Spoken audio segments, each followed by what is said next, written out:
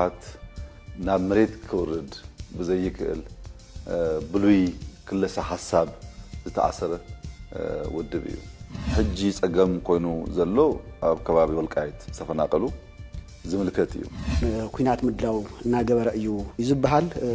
ወረታት ኣሎ ህዝቢ ትግራይ ሰላምን ልማትን ይግብኦ ሰላምን ልማትን ይፈቱ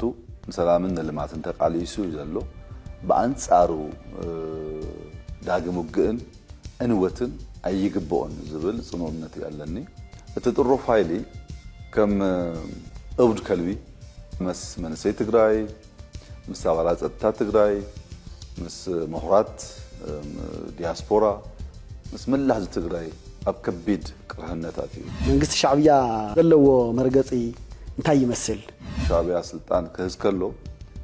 ዳርጋ ልዕሊ 300 ፋብሪካታት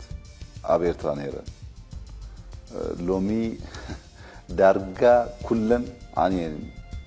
ሓንቲ ዩኒቨርሲቲ ነይራ አስመራ ዩኒቨርሲቲ ትበሃል ንሳውን ተኣጽያ